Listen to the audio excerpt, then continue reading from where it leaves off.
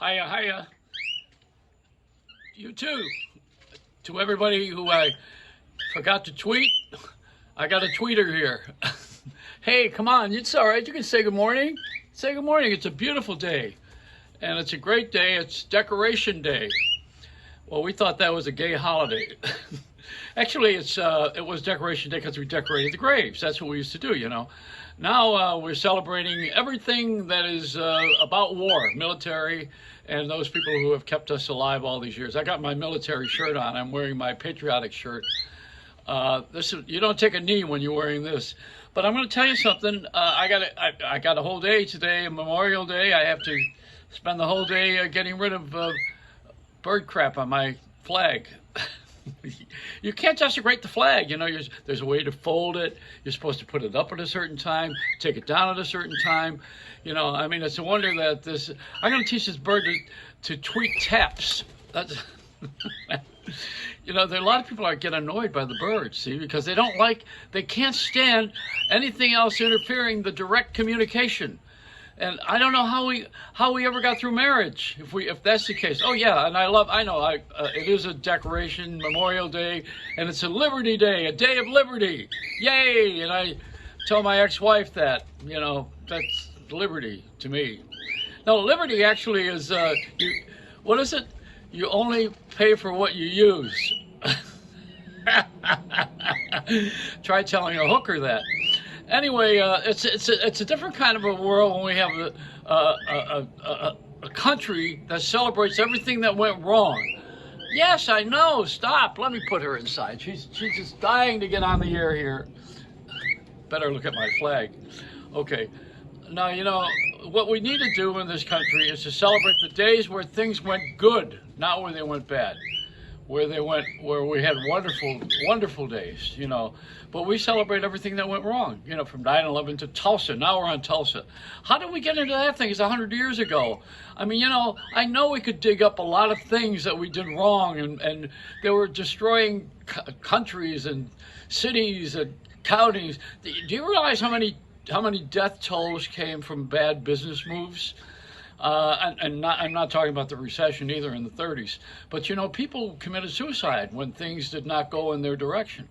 Oh, yeah, I want to mention something about masks. You know, the two countries where they really have the best system with this mask thing, because it's controversial. I don't know how you're going to take a flight and take the mask off when you're not supposed to take a mask off on a flight, but they're going to serve drinks. They got a mask with a straw in it or something? Am I missing something here? Yeah, a brain. No, but now there's some of the airlines are not going to sell booze because they don't want to have them beating up on the people who are fighting about not wearing masks. Oh, you know, that's a controversy. You know, the mask, the no mask. The only place where it's not a controversy is with the Lone Ranger. You know, he wears a mask, and I think I told you, my friend Clayton Morehouse, he was the Lone Ranger for years. And Jay Silverheels was Tonto. And Tonto is actually, Jay took his mask off because the Rather Corporation bought the franchise and did a movie with a younger Lone Ranger. And they got rid of Clayton. So Clayton wrote a book about his life, which I have. And also, it never got published. I got the thing unpublished. Anyway, beside the point. So Clayton, when he was stripped of the mask, what he did was he made glasses out of a mask, so that he could go shopping and still be the Lone Ranger. But see, he took his mask off, and the guy who really won was Tonto, because he got the casino. In the end, it's about the money, you know. Where was I going with this? Oh, I don't know. I was just thinking about the masks on the flights. Yeah, you can't wear them on the airlines to drink, and you're not supposed to drink, so you can take. I'm confused. Now they're serving booze in beer cans. You know, they want to market everything in a cocktail size way of serving and selling. So, you know, they already did that with the what's that stuff that keeps you awake? There's a caffeine thing that's got too much caffeine. I just forget the name of the product, but you know, everybody knows what it is. You guys take it all the time. This is a society of let's take something to forget what we got. And you know, today we want to remember what we forgot. And I think it's a bad day for positive thinking, because this is a day when you have to memorialize. And I don't know how they got this You know, the whole community has been in this generation about the Black Lives Matter, and we seem to have found a way at CBS television, especially with Gail King. They found a way to bring up a 100-year-old horrible thing in Tulsa, Oklahoma, and kept the black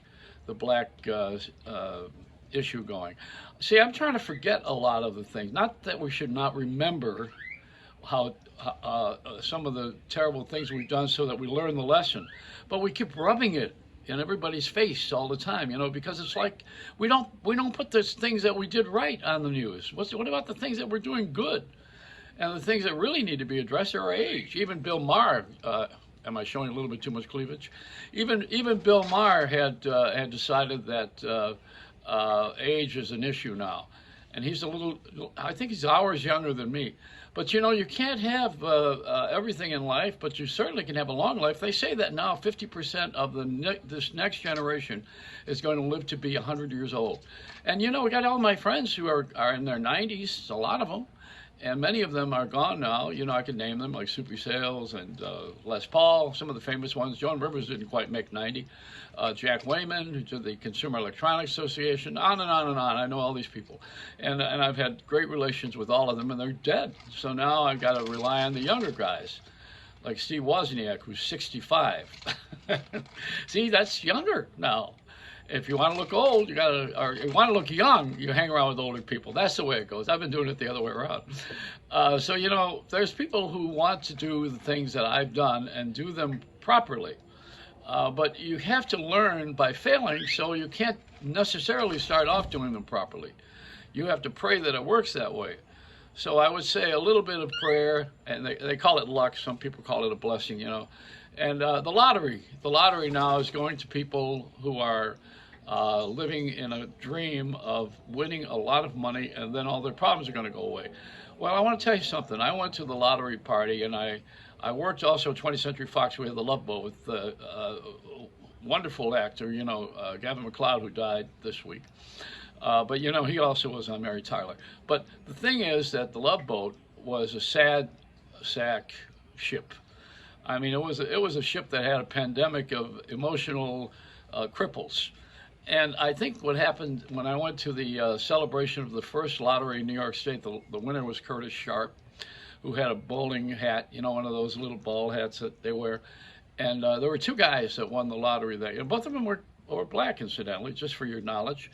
And Curtis had a wife and a girlfriend he split the money with. So that was one item that was a little strange, but it's a true story. And the other guy spent all of his money in about a week. So, you know, millions of dollars. I went to the dinner at the lottery celebration at the Waldorf Astoria. The cardinal was there, the governor of New York, the mayor. Everybody was on the dais there. All were watching everybody eat this big, expensive meal, and it was all the lottery winners. I think it was after there was a second year in the program. And they had, oh my God, they had the saddest faces I ever saw. And I said to my wife then, I said, you know, look around the room here. We're the only ones that we were eating free because we were media, you know, and I had a radio and television show. So now I'm looking around and I said, look at the faces on everybody. It looks like the Love Boat. You know, nobody's happy. They weren't bubbly and jumping up and down. They were all looking like, probably with the person they had to give the money to. Maybe they were there with their lawyers. That's the worst part, you know. This is the painful part. You got to write out a check to a lawyer. Ugh. Thank God for automatic deposit, huh? You just got to do this right away before you can even think about it. Oh, press that button. It's like a bad election. If I could vote for anything, it would be to get rid of the lawyers. And try to do this without lawyers. How would we live this life without lawyers? Think about it now, in every respect. Whether it's buying a house, closing on a house, whether it's buying a car, and whether somebody sold you a lemon, whether somebody has offended you in the next door neighbor. And, you know, if nobody goes to Judge Judy with a lawyer, they just show up. So, you know, I think if everything got tried on Judge Judy and the price is right, we'd probably be a lot better off. Or kids say the dumbest things.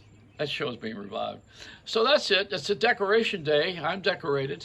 I'm a grand old flag. Flag, I said. Get in trouble. It's a Reynolds wrap.